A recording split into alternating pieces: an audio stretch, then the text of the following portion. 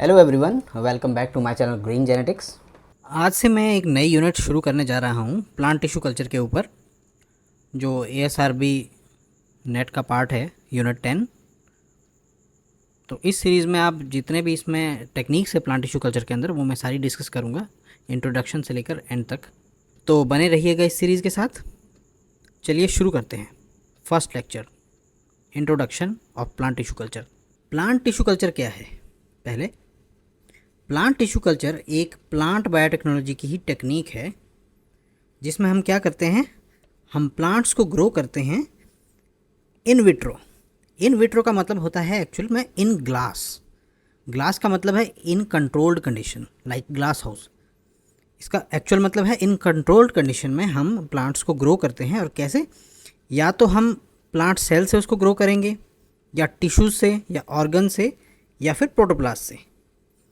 Plant के किसी भी पार्ट को लेके प्लांट को ग्रो करवाया जाता है in controlled conditions, artificial nutrient media पर, on nutrient media under controlled and sterile condition. Sterile condition का मतलब है कि aseptic condition. Aseptic condition maintain करना इसलिए ज़रूरी है क्योंकि जो माइक्रो ऑर्गेनिजम्स होते हैं वो उस मीडिया पे बड़ी जल्दी ग्रो कर जाते हैं, क्योंकि न्यूट्रिएंट मीडिया काफ़ी रिच इन न्यूट्रिएंट्स होता है, तो उसमें माइक्रोब्स की कंटेमिनेशन हो जाती है। इसलिए स्टेराइल कंडीशन रखना बहुत ज़रूरी है। तो ये है टिश्यू कल्चर। इस टेक्निक से हम क्या क्या कर सकते हैं? मास प्रोपेगेशन, कंजर्वेशन, जेनेटिक इम्प्रूवमेंट और डिजीज़ एलिमिनेशन। मास प्रोपेगेशन का मतलब है किसी एक प्लांट्स के बहुत सारे plants banana, on mass level उसको डेवलप करना, प्लांट्स को बहुत सारे प्लांट्स बनाना। कंजर्वेशन का मतलब है कोई एंडेंजर्ड स्पीशीज़ है और उसका जो बाहर के एनवायरनमेंट में सर्वाइव कर पाना बहुत मुश्किल हो रहा है, तो उसको भी हम कंजर्व कर सकते हैं एक आर्टिफिशियल एनवायरनमेंट देके। फिर है जेनेटिक इम्प्रूवमेंट। जेनेटिक इम्प्रूवमेंट में मतलब जैसे कोई स्पीशीज़ बैरियर है जो क्रॉस नहीं हो पा रहा है स्पीशीज़ के बीच में, उस जेनेटिक बैरियर को भी पार करके फिर उस स्पीशीज़ में, उस क्रॉप में जेनेटिक इम्प्रूवमेंट की जा सकती है। और डिजीज़ एलिमिनेशन, अब हम aseptic condition, sterile condition maintain करेंगे तो डिजीज़ वैसे ही नहीं आएगी प्लांट्स में। तो इस तरह से प्लांट टिश्यू कल्चर यूज़फुल होता है।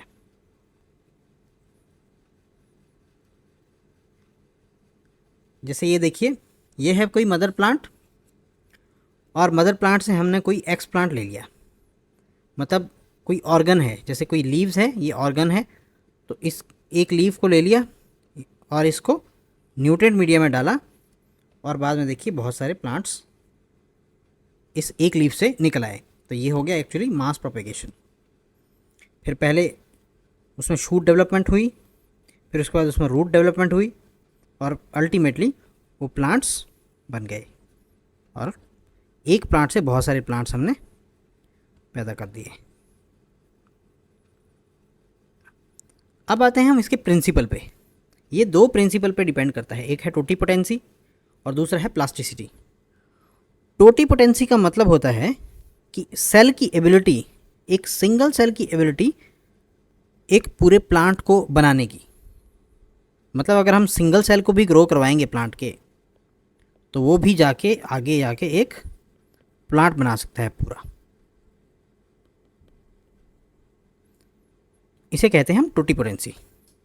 This inherent genetic potential makes plant tissue culture possible as isolated cells और tissue can develop into entire organism under control condition. अगर उस सेल को प्रॉपर न्यूट्रिएंट या प्रॉपर कंडीशन प्रोवाइड की जाए तो वो एक पूरे प्लांट में डेवलप हो सकता है। उसी एबिलिटी को बोलते हैं हम टोटीपोटेंसी। दूसरा है डेवलपमेंटल प्लास्टिसिटी।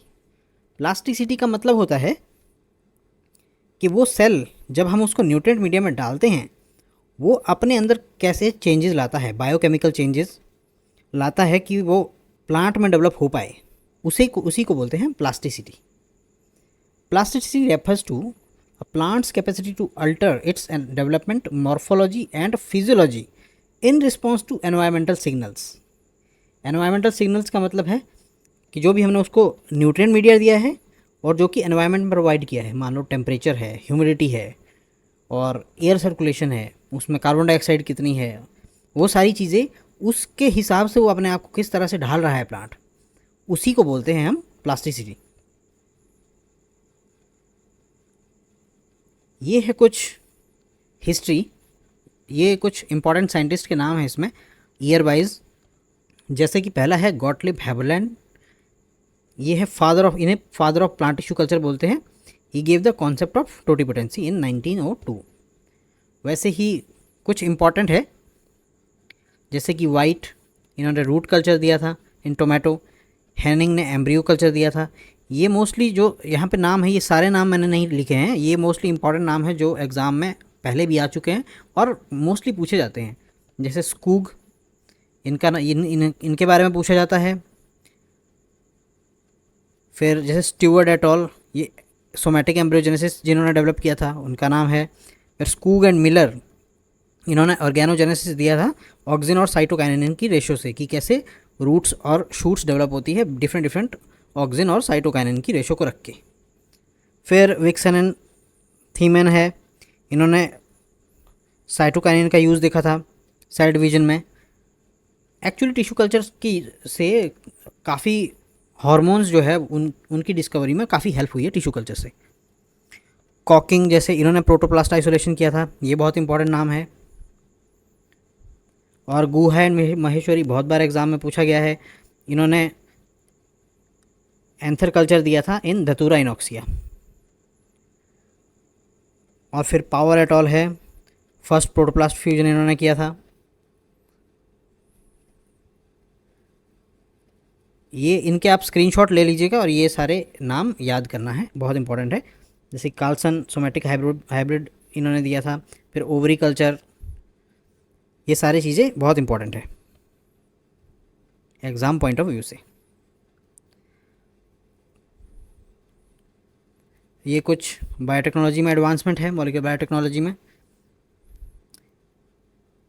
ये भी, इसमें भी रेस्ट्रिक्शन एंजाइम्स की डिस्कवरी कब हुई थी, first recombinant DNA, first recombinant organism, DNA sequencing की पहली कौन कौन कब डेवलप हुई थी और किस किसने डेवलप की थी, सेंगर एंड मैक्सम गिलबर्ट, ये बहुत इंपॉर्टेंट है। फिर पीसीआर का इन्वेंशन किसने किया था, ये भी इंपॉर्टेंट है। फिर जीनोम सीक्वेंसिंग एरा जो स्टार्ट हुआ था 1990s में, और 2003 में ह्यूमन जीनोम प्रोजेक्ट जो है वो कंप्लीट हुआ था, ये इंपॉर्टेंट है। ये चीज़ें पूछी जाती है एग्ज़ाम में।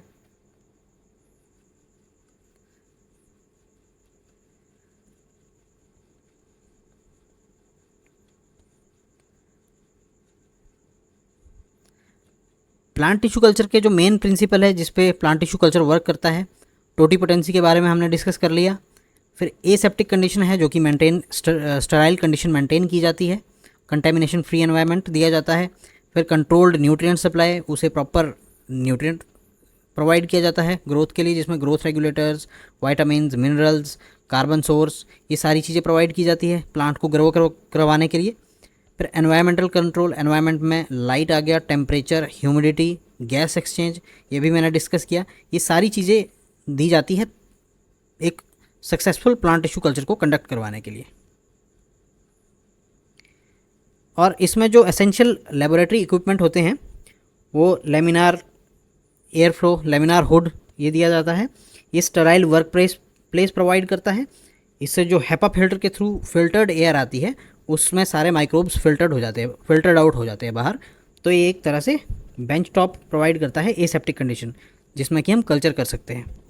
फिर ऑटोक्लेव हो गया, ये स्टरलाइजेशन के लिए यूज़ होता है, स्टीम स्टरलाइजेशन के लिए, कल्चर मीडिया के लिए, ग्लासवेयर्स के लिए, जितने भी हम यूज़ करते हैं वो सारे ऑटोक्लेव में स्टरलाइज होते हैं। लेकिन हाँ, इसमें ग्रोथ रेगुलेटर्स वो स्टरलाइज नहीं कर सकते क्योंकि वो हीट लेबाइल होते हैं। फिर आ गया कल्चर वेसल्स।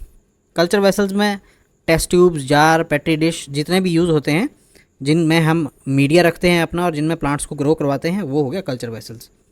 जो हीट लेबाइल होते हैं उनको एक्चुअली फ़िल्टर्ड किया जाता है मेम्ब्रेन से, तो उनको ऑटोक्लेव से नहीं कर सकते हम, इसीलिए उनको मेम्ब्रेन फ़िल्टर यूज़ किया जाता है उनके लिए। फिर है growth chamber. Growth chamber use किया जाता है एक पर्टिकुलर जैसे रूम है, उसमें कंडीशंस जो है वो मेंटेन की जाती है, लाइट, टेम्परेचर, ह्यूमिडिटी, ये सारी चीज़ें मेंटेन की जाती है, उसे ग्रोथ चेंबर बोलते हैं। PH meter and scale mostly जब मीडिया बनाते हैं हम, तो मीडिया में उसका पीएच एक प्रॉपर पीएच पे होना चाहिए मीडिया। और स्केल मतलब जितने भी हम न्यूट्रिएंट्स उसको देंगे, उस मीडिया बनाने के लिए न्यूट्रिएंट्स यूज़ करेंगे, उसको हम प्रॉपर स्केल में मेजर करते हैं। उसके लिए स्केल, ये कुछ इम्पॉर्टेंट जो मेन जो इक्विपमेंट है वो यूज़ किए जाते हैं। वैसे बहुत से और भी इक्विपमेंट यूज़ होते हैं, वो भी आप पढ़ सकते हैं। जैसे कि ये कोई एक ग्लास हाउस का एक पिक्चर है।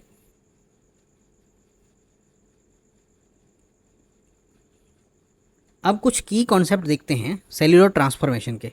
मतलब सेल जब प्लांट टिश्यू कल्चर में हम यूज़ करते हैं और सेल वो किस तरह से रीजनरेट करता है और वो किस किस स्टेजेस से गुजरता है, तो वो ये की कॉन्सेप्ट है। उसमें है पहला डिफरेंशिएशन। डिफरेंशिएशन का मतलब होता है the process by which a less specialised cell become a more specialised cell type.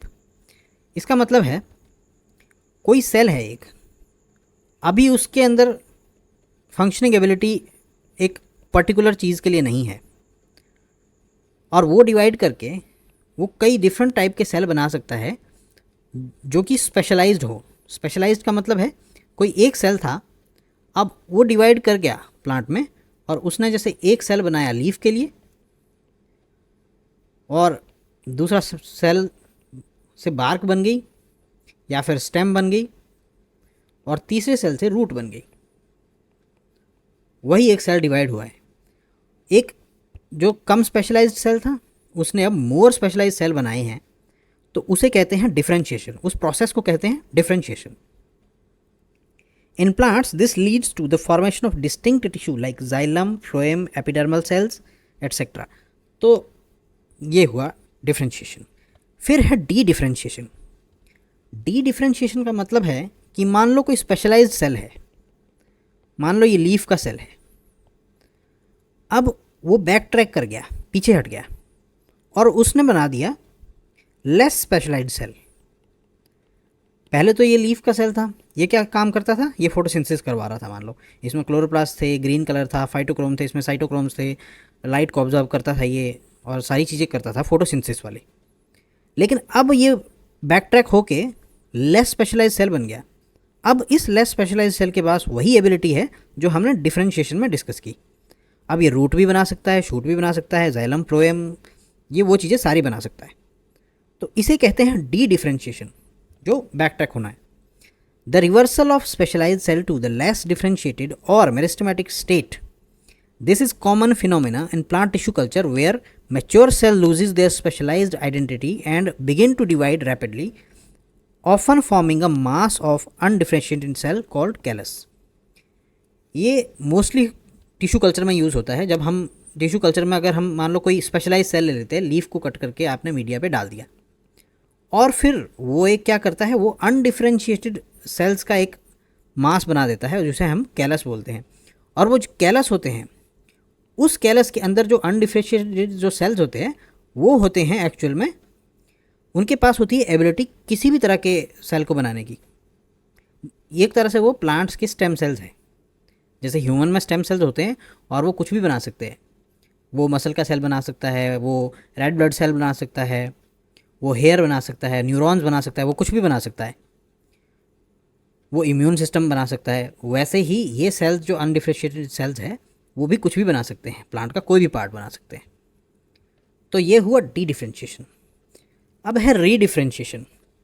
री डिफरेंशिएशन का मतलब बस इतना सा है कि जो सेल डी डिफरेंशिएटेड हुआ है वो सेल अब फिर से डिफरेंशिएशन करेगा, बस इतनी सी बात है। जो अब लेस स्पेशलाइज्ड सेल बना है वही फिर से अब स्पेशलाइज्ड सेल में बनेगा, उसे बोलते हैं री differentiation. The subsequent development of de-differentiated cells into a new specialized tissue or organs such as roots, shoots, embryos, ये डिफरेंट तरह के बना सकता है जब, तो उसे हम रीडिफरेंशिएशन बोलते हैं। फिर है regeneration. The overall capacity of a plant cell, tissue और organ to develop into a complete fertile plant is called regeneration. मतलब किसी भी एक सेल से जब कोई एक पूरा प्लांट बन सकता है तो उस एबिलिटी को, उस कैपेसिटी को क्या बोलते हैं, रीजनरेशन।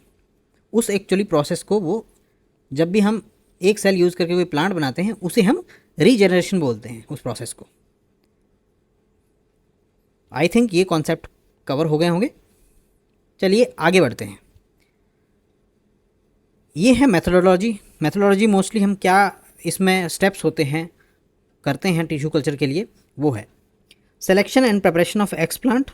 पहला स्टेप है सिलेक्शन का मतलब है कि आप पहले टिश्यू सेलेक्ट करोगे कि कौन सा टिश्यू है, किस प्लांट का हम कौन सा टिश्यू लेंगे। किसी में हम लीफ ले लेते हैं, किसी में हम ये बर्ड ले लेते हैं साइड की, किसी में हम पूरी की पूरी स्टेम ले लेते हैं, किसी में रूट टिप ले लेते हैं, किसी में शूट टिप ले लेते हैं। ये डिफरेंट तरह के जो टिश्यूज़ हैं इनको हम एक्सप्लांट बोलते हैं। और ये पर्पज़ के ऊपर डिपेंड करता है कि आपने क्या करना है, आप क्या बनाना चाहते हो। अगर फास्ट प्लांट्स ही डेवलप कर रहे हैं तो आप सीधा ये स्टेम ले लो, छोटी छोटी स्टेम्स ले लो, तो जल्दी उसमें लीव्स भी आएंगी और जल्दी उसमें रूट्स भी आ जाएंगी। तो ये चीज़ें होती हैं, उसके अकॉर्डिंग ही चूज़ किया जाता है। आपको डिजीज़ फ्री प्लांट्स बनाने हैं तो आप मेरिस्टेमेटिक टिश्यू ले लेंगे, टिप ले लेंगे। आपको प्लांट मेटाबोलाइट कुछ सेकेंडरी मेटाबोलाइट की प्रोडक्शन करवानी है और रूट के थ्रू करवानी है तो आप रूट के सेल्स को ले लेंगे। तो डिपेंड करता है कि आप कौन सा एक्सपेरिमेंट प्लान कर रहे हो, उसके हिसाब से ही आप टिश्यू प्लांट एक्सप्लांट को जो है वो सेलेक्ट करते हैं। तो explant are chosen actively growing disease free tissues like shoot tips, meristems, leaves, roots और embryos. These are the surface sterilized using alcohol, sodium hypochlorite और mercuric chloride to eliminate the microbial contaminant। एक बार आपने tissue select कर लिया, आपने explant select कर लिया। अच्छा, मैं एम्ब्रियो की बात कर देता हूँ। एम्ब्रियो मोस्टली यूज़ किए जाते हैं जब हमें मान लो कहीं स्पीशीज़ बैरियर है और वो सीड नहीं प्रोड्यूस कर पा रहा है प्लांट फर्टिलाइजेशन के बाद, तो हम उसमें एम्ब्रियो रेस्क्यू करते हैं मोस्टली। और जब वो एम्ब्रियो डेवलप होता है उससे पहले ही हम उसको निकाल के टिश्यू कल्चर के थ्रू जनरेट करते हैं, उसको रीजनरेट करते हैं। तो उस केस में एम्ब्रियो यूज़ करते हैं। और ये एक्सप्लांट लेने के बाद हम उसको क्या करते हैं, सरफेस स्टरलाइज करते हैं using like alcohol, sodium hypochlorite, mercuric chloride. ये बहुत सारे कुछ केमिकल्स है, उससे हम उसको, ताकि माइक्रोब्स की कंटेमिनेशन ना हो उनके सरफेस पे। सेकेंड स्टेप है कल्चर मीडियम प्रिपरेशन। अब कल्चर मीडियम मतलब न्यूट्रिएंट मीडिया प्रिपेयर किया जाता है। मोस्टली जो यूज़ करते हैं वो है मुराशिक एंड स्कूग और गैम्बॉग मीडियम। ये दो तरह के मीडियम हैं, इनको हम प्रिपेयर करते हैं। इसमें क्या होता है, इसमें मैक्रो और माइक्रो न्यूट्रिएंट्स प्रेजेंट होते हैं और कुछ वाइटामिन्स होते हैं, सुक्रोज है, एनर्जी सोर्स, फिर ग्रोथ हार्मोन्स, ये सारी चीज़ें प्रेजेंट होती है इसमें। और ये भी प्रेजेंट होती है according to what you are going for, मतलब आपको क्या रिजल्ट चाहिए उस हिसाब से ही आप उसमें ग्रोथ रेगुलेटर डालेंगे, उस हिसाब से ही आप उस न्यूट्रिएंट मीडिया को प्रिपेयर करेंगे। आपको शूटिंग करवानी है तो आप उसमें क्या करेंगे, उसमें आप साइटोकाइनिन ज़्यादा डाल देंगे, रेशो आप उसकी ज़्यादा रखेंगे एज़ कम्पेयर टू ऑक्सीजन। आपको रूटिंग करवानी है तो आप ऑक्सीजन की कंसंट्रेशन थोड़ी ज़्यादा रखेंगे और शूटिंग और साइटोकाइनिन की कम रखेंगे। इस तरीके से मैनेज किया जाता है कि आपको क्या चाहिए, उस तरह से हम मीडिया प्रिपेयर करते हैं। फिर थर्ड है इनोक्यूलेशन एंड इंक्यूबेशन। फिर आपका एक बार मीडिया प्रिपेयर हो गया, आपने उसको ऑटोक्लेव कर लिया, अब वो मीडिया भी अच्छे से स्टरलाइज है, आपका प्लांट सरफेस स्टरलाइज है, मीडिया आपका स्टरलाइज है ऑटोक्लेव के थ्रू। अब आप करेंगे इनोक्यूलेशन। अब उस एक्स प्लांट को आप उस मीडिया में डालेंगे, उसे कहते हैं हम inoculation. Egg plants are inoculated into sterile media under laminar air flow and incubated in controlled environment with optimum light and temperature। X plant को हमने लिया और उस स्टेराइल मीडिया में डाला और हम ये सारा काम करते कहाँ हैं, लेमिनार एयर फ्लो में, जहाँ की एसेप्टिक कंडीशन प्रेजेंट है और जो एयर आ रही है फिल्टर्ड एयर है, तो उस जगह पे हम इसका ये सारा प्रोसेस करते हैं और फिर हम उसे क्लोज़ करते हैं। कोई भी हमने जैसे वेसल्स ली है, पैट्री प्लेट्स लिया है या फिर टेस्ट ट्यूब्स ली है, हम उसको फिर क्लोज़ करेंगे। उसके बाद हम उसे किस में लेके जाएंगे, इंक्यूबेट करेंगे हम कहाँ, कंट्रोल्ड एनवायरनमेंट में, जिसे हम ग्रोथ चैम्बर बोलते हैं, हम उसमें वहाँ रख देंगे। उसमें क्या होगा, उसमें लाइट भी होगी, उसमें टेम्परेचर प्रॉपर मेंटेन होगा, उसमें ह्यूमिडिटी मेंटेन होगी, गैस एक्सचेंज उसमें प्रॉपर मेंटेन होगा, ये सारी चीज़ें उधर करते हैं। फिर है फोर्थ मल्टीप्लिकेशन एंड डिफ्रेंशिएशन। अब मल्टीप्लिकेशन एंड डिफ्रेंशिएशन में क्या होता है, जैसे कि high cytokine oxygen ratio promote shoot proliferation, वो मैंने आपको बताया कि किस तरह से डिपेंड करता है कि आपका मीडिया में क्या होना चाहिए, आपका पर्पज़ क्या है, तो आप उस हिसाब से मीडिया सेलेक्ट करोगे।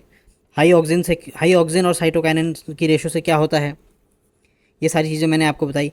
मल्टीप्लिकेशन का मतलब है कि अब हमने बहुत सारे प्लांट को मल्टीप्लाई करना है। अगर मान लो एक ही प्लांट था, उस प्लांट ने पहले हमने उसको ग्रो करवाया, तो मान लो एक प्लांटलेट से हमारे पास 5 प्लांटलेट आए, 5 प्लांटलेट्स आए। फिर हम इन्हीं प्लांटलेट्स को थोड़ा ग्रो करने के बाद इनको फिर से मल्टीप्लाई कर सकते हैं। इन्हीं के ही हर 5 के 5 कर लो, तो इसी तरह से हम मल्टीप्लाई कर सकते हैं, उसे बोलते हैं मल्टीप्लिकेशन। फिर है रीजनरेशन एंड एक्लिमेशन। फिर बाद में हम जब हमारे पास बहुत सारे प्लांट आ गए, मान लो मल्टीप्लाई हमने कर दिए, तो हम क्या करेंगे, एक्लिमेशन। एक्लिमेशन का मतलब है अब अभी तक तो वो कंडीशन में थे, ग्रोथ चैम्बर की कंडीशन में प्रॉपरली आपने मेंटेन किया था उसको, लेकिन अब एक्चुअल में तो प्लांट को ग्रो करना है बाहर वाले एनवायरनमेंट में, तो हम उसको एक्लेमेटाइज करते हैं, हार्डनिंग करवाते हैं, उसे हार्डनिंग कहते हैं।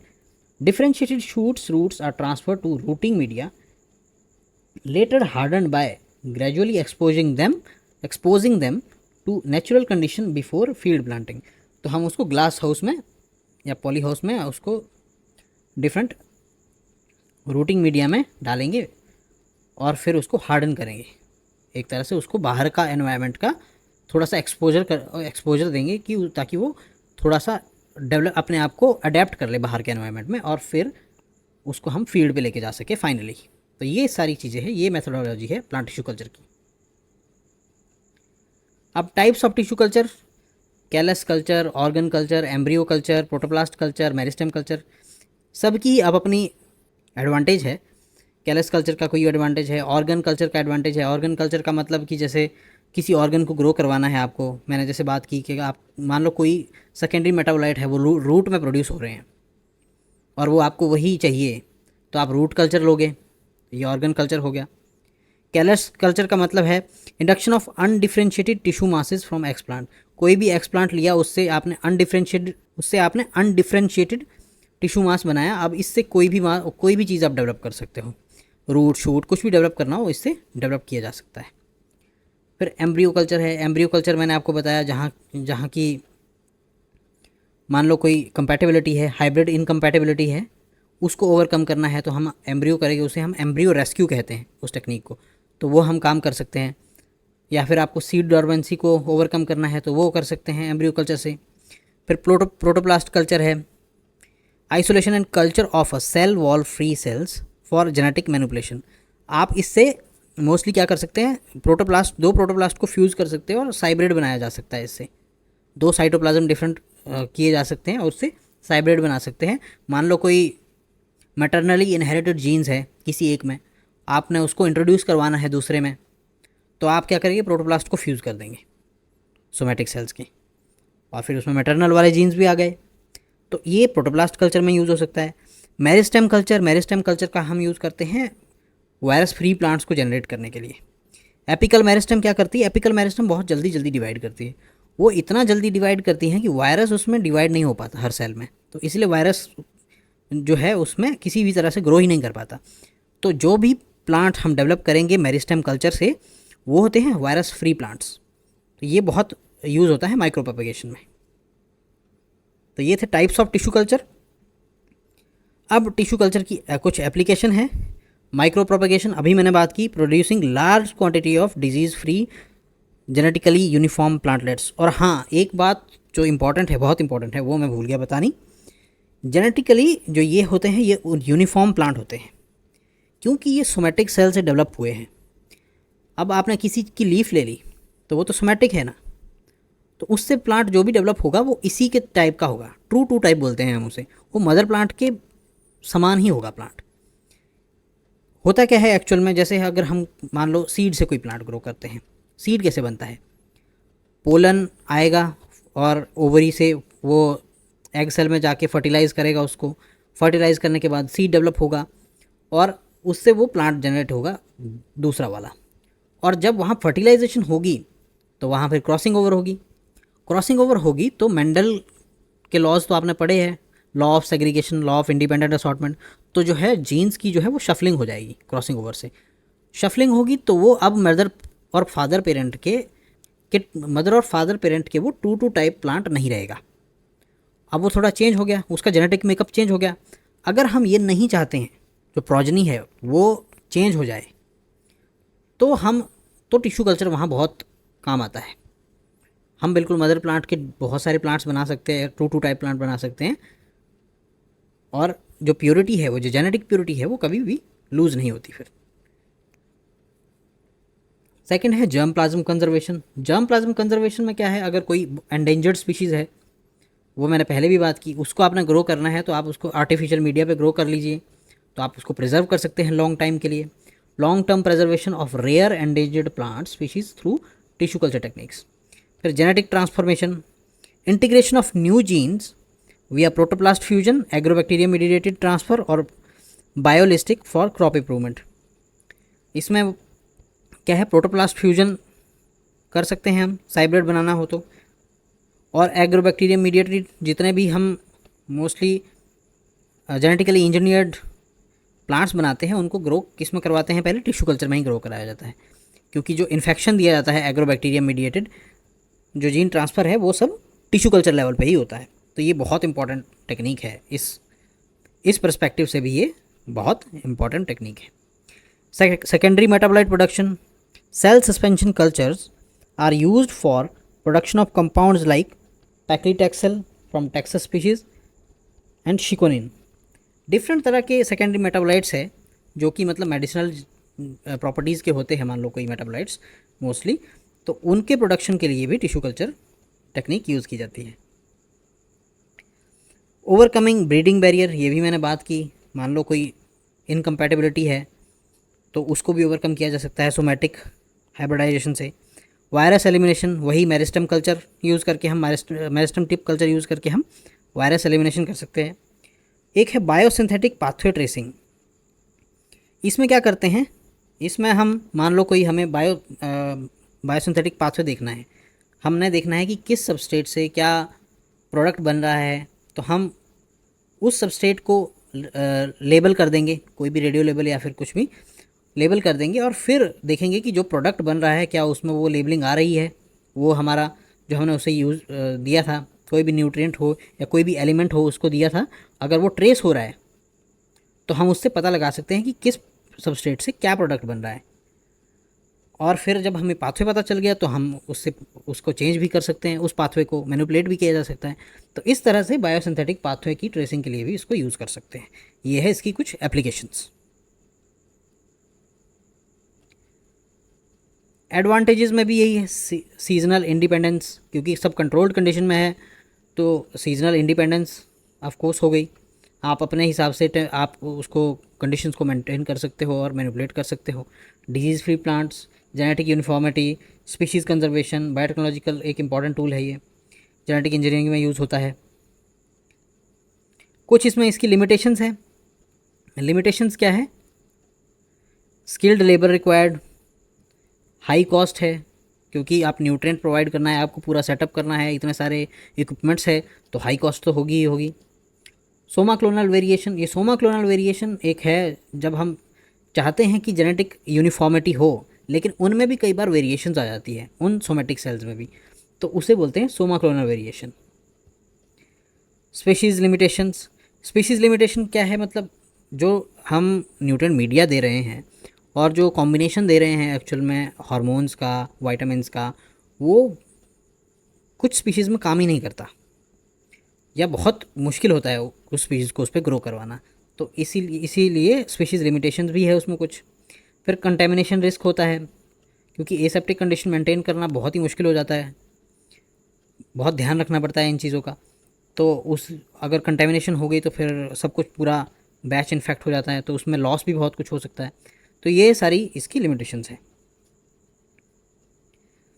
सो फाइनली कंक्लूजन में क्या है कि plant tissue culture is a powerful tool that has revolutionised plant biotechnology by harnessing the potential of totipotency, combining it with advances in molecular biology. It has enabled crop improvement, disease management, conservation and industrial application. बहुत सारी चीज़ों में ये use होता है, बहुत ही important technique है। तो ये था प्लांट टिश्यू कल्चर के बारे में। तो आई थिंक इम्पॉर्टेंट सारी चीज़ें मैंने कवर की है इसमें, मुझे लगता है। तो ये था इंट्रोडक्शन। अब मैं स्टेप बाय स्टेप डिफरेंट इसमें जितने भी कल्चर टाइप्स ऑफ कल्चर है वो डिस्कस करूँगा। डिफरेंट टेक्निक्स इसमें जो क्या क्या आती है वो मैं सारी डिस्कस करूँगा एक एक करके। अब तो आज की वीडियो में इतना ही। अगर आपको मेरी वीडियो पसंद आती है, मेरे पढ़ाने का तरीका अगर आपको अच्छा लगता है, तो आप मेरी वीडियो को शेयर कीजिए और सब्सक्राइब कीजिए मेरे चैनल को। Thank you very much.